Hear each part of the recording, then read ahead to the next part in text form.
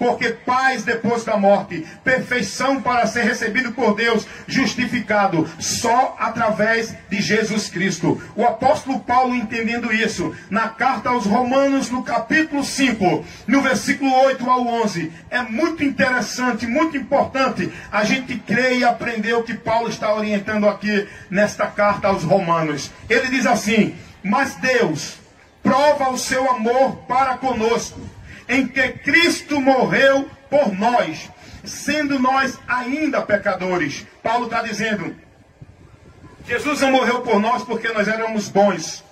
Jesus não morreu por nós porque nós éramos bonitinhos. Jesus não morreu por nós porque nós éramos escolhidos de antemão. Jesus morreu por nós porque nós éramos pecadores. Perdido, Ele deu a vida dele justa para salvar-nos dos nossos pecados. E a Bíblia e Paulo está dizendo isso. Ele morreu por nós, sendo nós ainda pecadores. Logo, muito mais agora, sendo justificado pelo seu sangue, seremos por ele salvos da ira. Paulo está orientando aos irmãos aqui nesta cidade, os irmãos em Roma. Paulo está orientando, dizendo: olha, irmãos, porque nós éramos inimigos de Deus, estávamos julgados, sentenciados e condenados à eterna separação. Mas agora fomos reconciliados com Deus pela morte de Jesus Cristo. Não é pelo caminho que o homem segue no seu entendimento. Não é pelo caminho que o homem segue dentro das suas obras de caridade. Não é no caminho que o homem segue entendendo que é dos seus méritos, porque ele é bom, ele é merecedor. Paulo entende, Paulo ensina, Paulo pregava isso no tempo que ele estava cumprindo o ministério da pregação. Mas hoje não é mais Paulo, é o irmão Wellington, é o irmão Mário, é o irmão Sérgio, é vários irmãos, porque muda-se o personagem, mas a mensagem é a mesma. Não pode mudar, meu irmão. Essa mensagem que diz que é do Evangelho, que não adverte o pecador sobre essa necessidade, não é a mensagem do Evangelho. Não é essa a mensagem que Jesus mandou a sua igreja pregar e ensinar ao povo.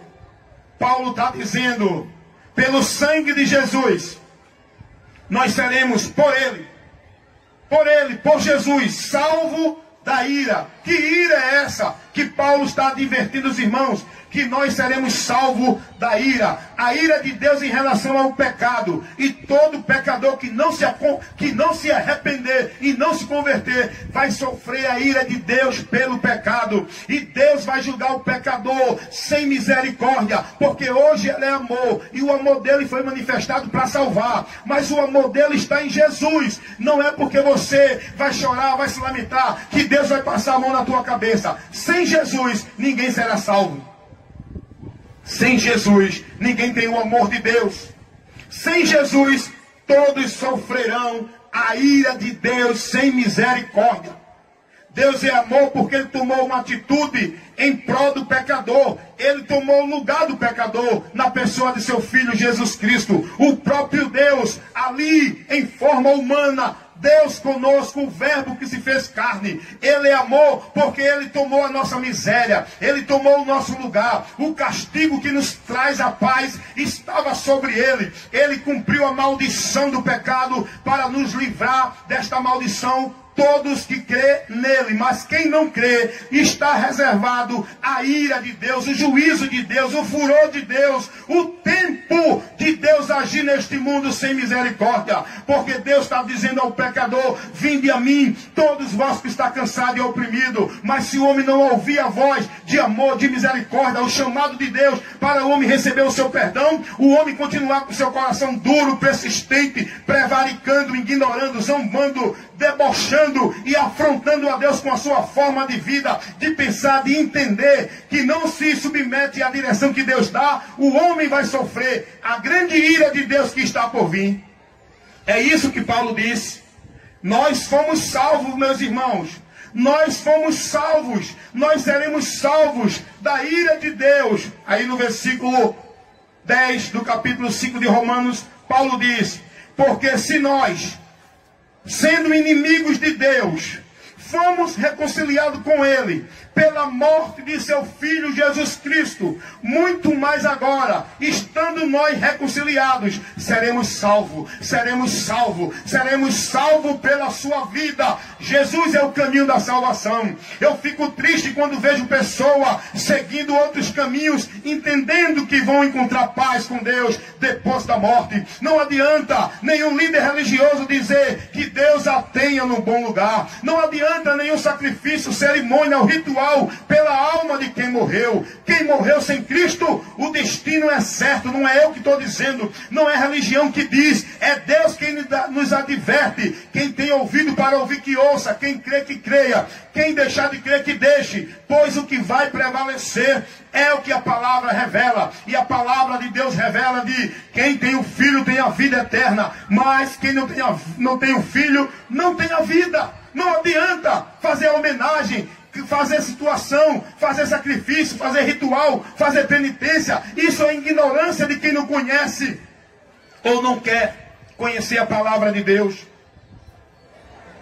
A verdade é essa. É por isso que nós precisamos de Jesus Cristo. É por isso que o Evangelho tem que ser pregado com muita seriedade, com responsabilidade, como a Bíblia nos mostra. Tem que pregar o Evangelho, como pregou os apóstolos, como pregou Jesus, como Jesus mandou. Não é adequar o Evangelho, a mensagem, com situações que agradem o povo, mesmo que não goste, mesmo que se aborreçam, mesmo que persigam, mesmo que tapem os ouvidos, mas a palavra tem que ir, porque todos têm que ouvir essa mensagem para não ser tomado por inocente no grande dia que vai chegar na vida daqueles que morrem ou na vida daqueles que vão estar no dia do juízo eterno, quando a igreja daqui for arrebatada, que chegar o tempo de Deus chamar esta humanidade para lhe aplicar a sentença da eterna separação. O apartai-vos de mim, malditos, para o fogo eterno,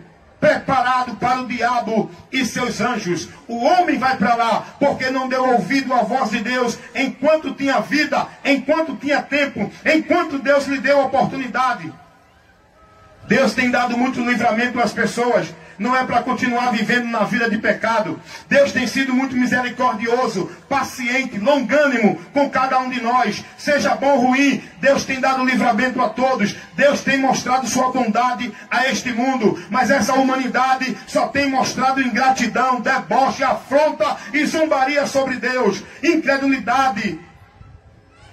E Deus está lá nos céus, que não é um menino que brinca de ser Deus para fazer o que o homem quer. Deus é Senhor, esse Deus terrível, que diz a Bíblia que todos nós daremos conta de si a Ele, e todos estão diante dele para a prestação de conta. Nada será encoberto diante dos olhos daqueles que contemplam todos os habitantes na face da terra. Precisamos crer, se arrepender, se converter a Jesus, não para viver uma formalidade religiosa, mas para viver uma vida de temor e tremor, uma vida dentro da vontade de Deus, para estar em comunhão com Ele, para estar com a nossa alma guardada, para não sofrer a ira, nem o juízo dele que há de vir sobre toda a humanidade. E todos aqueles que partem sem Jesus, já partem perdido, porque está escrito na Bíblia, lá em Provérbios 15, 24, ao sábio, ao inteligente, o caminho da vida é para cima, para se desviar do inferno que está para baixo.